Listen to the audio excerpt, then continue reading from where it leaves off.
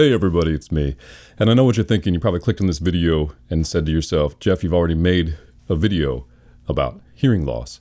And that is true, but that video was about my wife's hearing loss, and this video is about mine. Because about 2 months ago, I was diagnosed with sudden sensorineural hearing loss. What is sudden sensorineural hearing loss? Well, for a lot of people, it presents like this. You wake up in the morning and you can't hear out of one ear or the other. Like your hearing is just completely... Is that what happened to me? No, it was a little stranger than that. I was finishing up my work in the studio one afternoon about 2 months ago. Took my dog Tommy out back to hang out because he likes to chase lizards. And I noticed a ringing in my ear. And sometimes you'll get those. They're like these super high-pitched things that go whing, and they last for a couple seconds, and then they go away. That is similar to what happened to me, but it never went away. And it was loud, and it was constant. And I just felt like I had this fullness in my left ear, and this ringing, and I just felt like I had like a cotton ball in my, or water or something stuck in my ear. And so I came back inside, brought Tommy back inside, and I was telling my wife, Kathy, I said, I think I got this ringing in my ear. I can't figure it out. Like it's lasting way longer than normal. I could still hear out of my left ear, but everything in the high end, like the real nice crispy sounds, water running, that kind of, I just was just like really super muted. S's, very muted. And so I started looking it up online, like what could be causing this, and very quickly came to find out that this could be sudden sensorineural hearing loss, which I had never in my life heard of, did not know that was a thing. It's a brand new, fresh nightmare in my life. Real quick, one of the tests you can do to find out if this is happening to you right now is you can close your mouth and hum. And if you're hearing in your left or right ear, the ear that is affected, if you can hear yourself hum, like if you're hearing it in your ear that is affected, odds are it's probably not this. If you can't hear when your ears are plugged and you're humming, get attention right away. If you think this is happening to you, time is of the essence. You need to talk to a doctor immediately. Don't wait. 72 hours is like the maximum amount of time before your hearing loss might be permanent. So let's continue.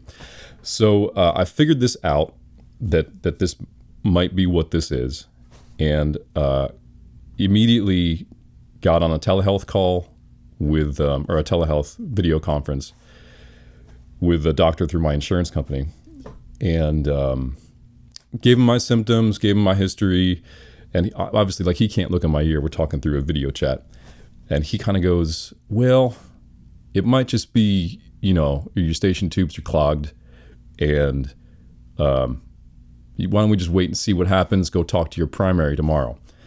And I said, well, okay. And then my wife was insistent. She's like, well, we looked this up, and it could be sudden hearing loss. And would it hurt to give us a script for prednisone, which is a corticosteroid?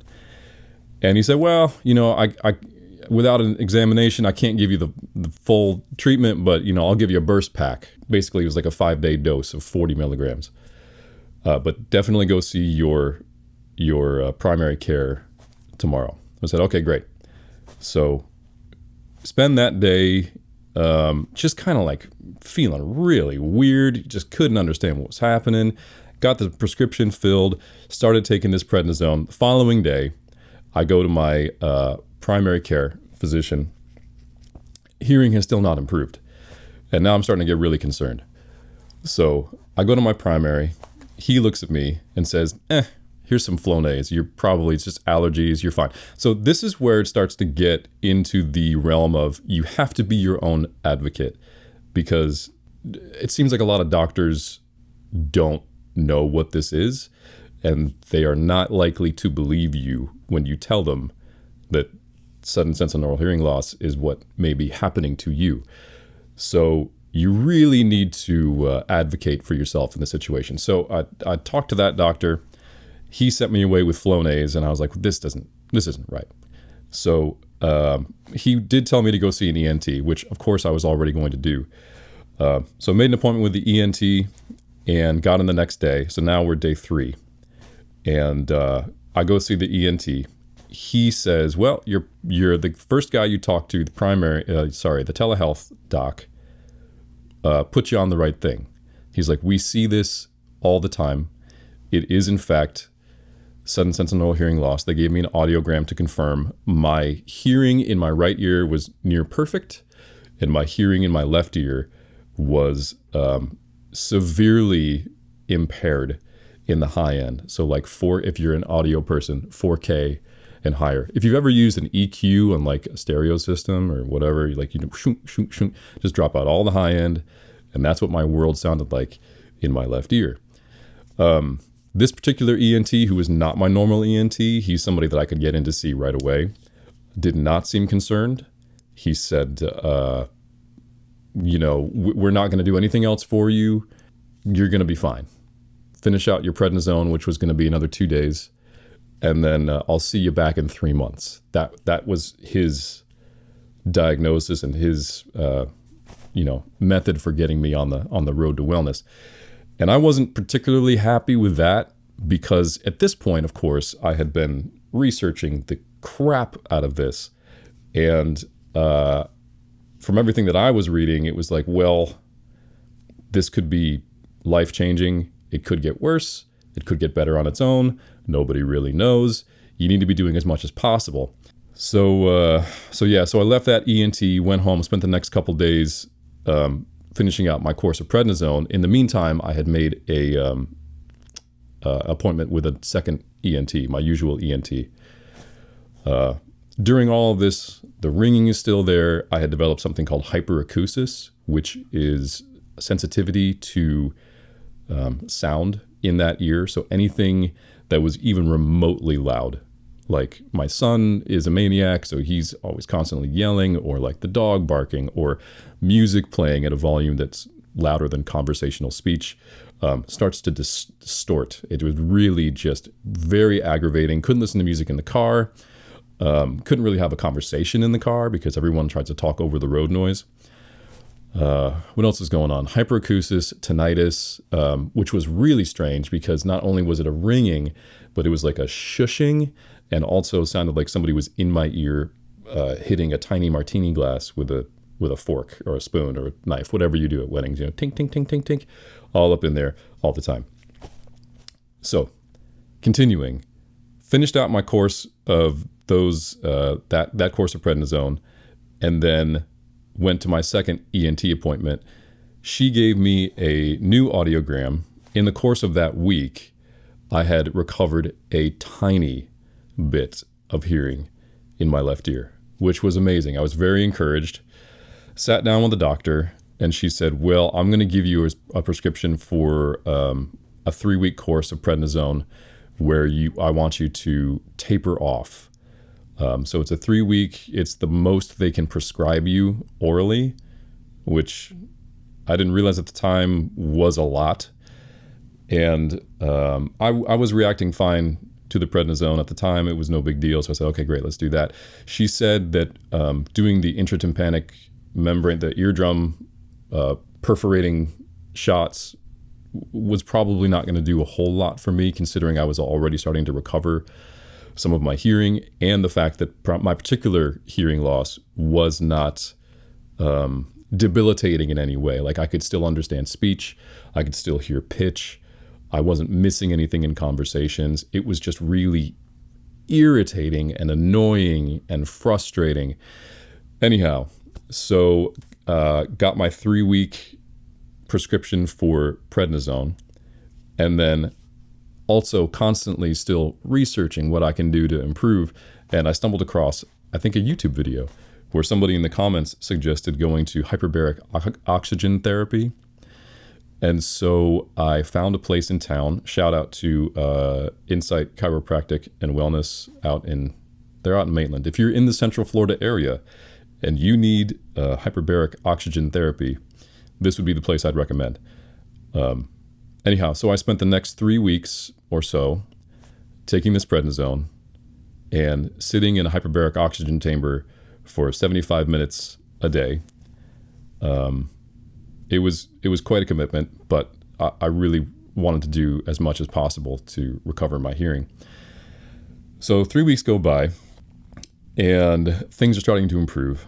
I go to my ENT for my follow-up visit, and I believe, I'm not looking at it right now, but I'll put it up on the screen. I had recovered almost all of my 4K, if not all of my 4K, and then some of my 6K. Things still really fall off a cliff at 8, but there was improvement, which was great. And my doctor told me, she said, this is probably going to continue to improve. You may still see some improvement after your course of prednisone is done. I don't see a reason to do these injections at this point, considering how well you responded to things. And this might be as good as we can hope for. So that was encouraging. And over the course, that was about 3 weeks ago now at this point, 4 weeks ago. I walked away from that appointment feeling pretty good, still having a lot of ringing in my ear though. The hyperacusis was not as bad, and the little man in my ear hitting the martini glass seemed to have settled down quite a bit. So that was, like I said, about a month ago now. And since then, I have seen more improvement until the last 2 days. And over the last 2 days, 2 or 3 days, the tinnitus has gotten, I don't want to say considerably worse, but it has gotten more noticeable. The hyperacusis has gotten a little more noticeable. The distortion has gotten a little more noticeable. And that sensation of fullness has started to return. So, of course, you look this up and you say, well, after treatment, can this worsen? And the answer appears to be maybe. It's a pretty rare condition. I think they say a couple people out of 100,000 are going to develop this. So odds are you probably don't know anybody this has happened to. If this video gets 100,000 views, there might be a couple of you that develop this in the course of your lifetime. Apparently it happens to people who were somewhere in their 40s to 60s, 45 to 55, somewhere in that range. I'm 45 this year. I'll be 46 in a couple days. So I'm right in the wheelhouse of where this hits you. So I have an ENT appointment today because I was concerned that things were backsliding, and we'll see what happens. I'm still functioning. I can still. Music is my job. It's what I do full time. So I'm still making music and working as much as I can. And it is certainly not a fun experience to go through this. But there are all kinds of ways that you can recover from this. And there's all kinds of resources out there for you if you know what you're looking for. I'll put as many as I can in the description below. And maybe I'll follow up after I see my ENT later on today and let you know what my audiogram says and what she says. And yeah. So once again, if I can say anything to you, if you think you're experiencing this, be your own advocate. Get to a doctor immediately, and minimally, if you can tolerate prednisone, have them put you on a course of prednisone as much as they can, if you can tolerate it.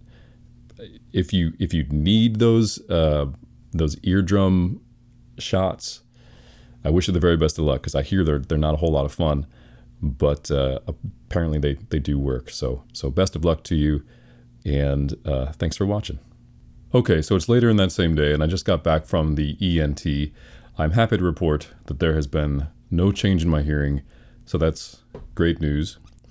As far as the tinnitus and the hyperacusis and all that stuff, she couldn't explain why that had maybe gotten worse, but my hearing looks the same.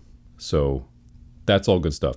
Something I feel like I should have mentioned earlier is that during the course of all this, I was never a heavy drinker in the first place, but I cut out alcohol. I have not had a sip of caffeine in 2 months, and I really miss coffee and Diet Coke. As far as anybody knows, there's no real reason why this happens to some people. They don't really know. They call it idiopathic. It means they don't, no particular reason. Just sometimes these things happen, and you play with the cards you're dealt, so to speak. So there you go. Thanks for watching. I hope this happens to none of you. Stay safe out there. I'll see you soon.